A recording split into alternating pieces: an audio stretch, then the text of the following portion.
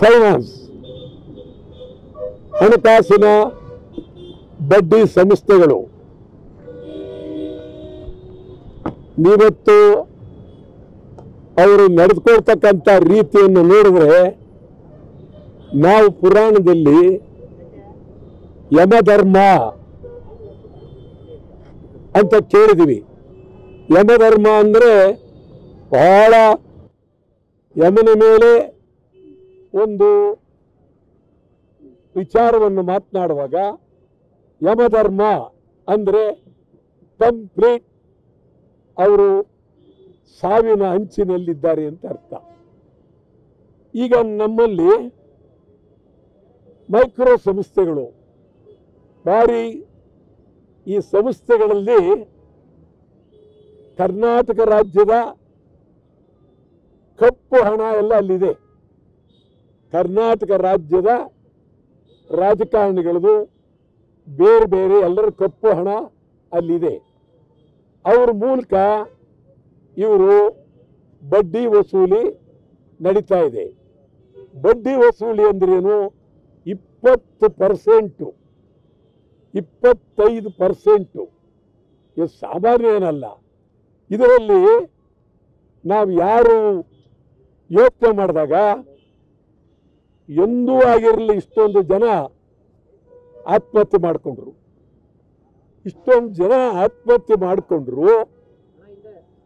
ಒಬ್ಬ ಮೈಕ್ರೋ ಫೈನಾನ್ಸ್ನವನು ಆತ್ಮಹತ್ಯೆ ಮಾಡಿಕೊಂಡಿದ್ದಾರೆ, ನಾವು ಅವ್ರಿಗೆ ಹಣ ಕೊಡ್ತೀವಿ, ಒಬ್ಬ ಹೇಳಲಿಲ್ಲ. ಸರ್ಕಾರ ಬಹಳ ಮೌನವಾಗಿ ಮಸೂದೆ ತರ್ತೀವಿ ಅಂತೇಳಿ ಹೇಳಿದ್ದಾರೆ. ಇವರು ಮಸೂದೆ ತರೋದ್ರೊಳಗಾಗಿ ಇನ್ನೂ ಕೆಲವರು ಸಾವಿನ ಅಂಚಿನಲ್ಲಿ ಇದ್ದಾರೆ.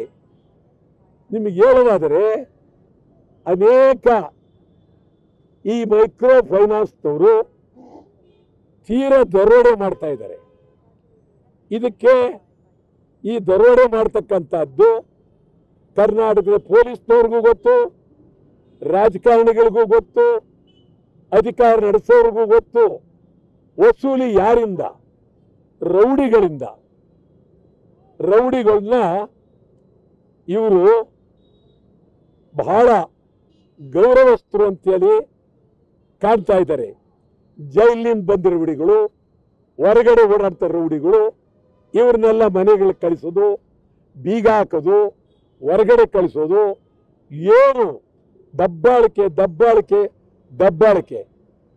ಇದು ಇಲ್ಲಿ ಬಹಳ ಕೇರಳ ರಾಜ್ಯದ ಹಣಕಾಸು ಸಂಸ್ಥೆಗಳು ಕರ್ನಾಟಕದಲ್ಲಿದೆ.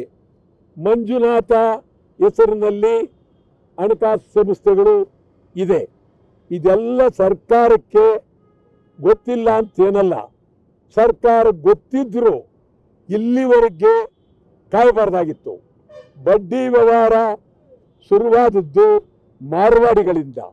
ಮಾರ್ವಾಡಿಗಳು ಬಹಳ ಅವರು ಸತ್ತ ಹಣವನ್ನು ಬೇಕಾದರೆ ಬಡ್ಡಿಗೆ ಇಟ್ಕೊಳ್ತಾರೆ, ಆಮೇಲೆ ಬಿಡಿಸ್ಕೊಂಡು ಹೋಗಿ ಅಂತ. ಹಳೆ ಬಟ್ಟೆಯಿಂದ ಹಿಡಿದು, ಹಳೆ ಅಂಡೆಯಿಂದ ಹಿಡಿದು, ಹಳೆ ಬಿಂದಿಗೆಯಿಂದ ಹಿಡಿದು ಎಲ್ಲವನ್ನು ಗಿರ್ವಿ ಇಟ್ಕೊಂಡು ಬಡ್ಡಿ ವ್ಯವಹಾರ ಮಾರ್ವಾಡಿಗಳು ಮಾಡ್ತಾರೆ. ಇದು ಫೈನಾನ್ಸ್ ಸಂಸ್ಥೆಯವರು ಮೈಕ್ರೋ ಬಹಳ ಅತ್ಯಂತ, ನಾನು ಇವತ್ತು ಹೇಳ್ತಾ ಇದ್ದೀನಿ, ಹಿಂಗೆ ಮುಂದುವರೆದ್ರೆ ಕನ್ನಡ ಚಳವಳಿವಾದ ಪಕ್ಷ ಮೈಕ್ರೋ ಫೈನಾನ್ಸ್ ಸಂಸ್ಥೆಯ ಮೇಲೆ ದಾಳಿ ಮಾಡ್ತೀವಿ, ನುಗ್ತೀವಿ. ಇದು ಕದ್ದೆ ಹೇಳ್ಬೇಕಾಗಿಲ್ಲ, ಬಹಿರಂಗವಾಗಿ ಹೇಳ್ತಾ ಇದ್ದೀನಿ. ಸರ್ಕಾರಕ್ಕೆ ಎಚ್ಚರಿಕೆ ಕೊಡ್ತಾ ಇದ್ದೀನಿ. ಕೂಡಲೇ ನೀವು ನಿಲ್ಲಿಸ್ತಿಲ್ಲ, ನಾವು ನಿಲ್ಲಿಸ್ತೀವಿ, ನುಗ್ತೀವಿ.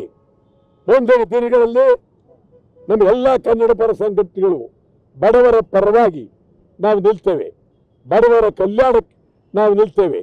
ಈ ಮೈಕ್ರೋ ವಿರುದ್ಧ ಖಂಡಿತ ಯೋಚನೆ ಮಾಡ್ತಾ ಇದ್ದೀವಿ. ಬೇಗ ಇವರು ಸರ್ಕಾರ ಅವರಿಗೆ ಪರಿಹಾರ ಕೊಡಬೇಕು. ಸತ್ತಿರೋರಿಗೆ 1 ಕೋಟಿ ರೂಪಾಯಿ ಕೊಡಬೇಕು. ಫೈನಾನ್ಸ್ ಕಂಪನಿಗಳ ಅವ್ಯವಹಾರದ ಬಗ್ಗೆ ಹೈಕೋರ್ಟಿನ ನ್ಯಾಯಾಧೀಶರಿಂದ ತನಿಖೆ ಆಗಬೇಕು. ಇದು ಗಂಭೀರವಾಗಿ ಚಿಂತನೆ. ಈ ಇಡಿ ಅವರಿಗೆ ಮಾನ ಮರ್ಯಾದೆ ಏನಿಲ್ಲ. ಅವ್ರು ಇಡಿ ಅವ್ರು ಹಿಡಿಯಲಿ, ಇವ್ರನ್ನ ಇಡಿ ಅವ್ರು ಯಾರ್ಯಾರು ನಡೆಯಕ್ಕೆ ಹೋಗ್ತಾರಲ್ಲ, ಆ ಇಡಿ ಅವ್ರಿಗೆ ಹೇಳ್ತೀನಿ, ಈ ಫೈನಾನ್ಸ್ಗಳು ಗೊತ್ತಾಗ್ತಾ ಇಲ್ವ ನಿಮಗೆ? ಇಲ್ಲಿ ಹಣದ ವ್ಯವಹಾರ ಗೊತ್ತಾಗ್ತಾ ಇಲ್ವಾ? ಇಡಿ ರಾಜಕೀಯ ಮಾಡಕ್ಕೆ ಹೋಗ್ಬೇಡಿ.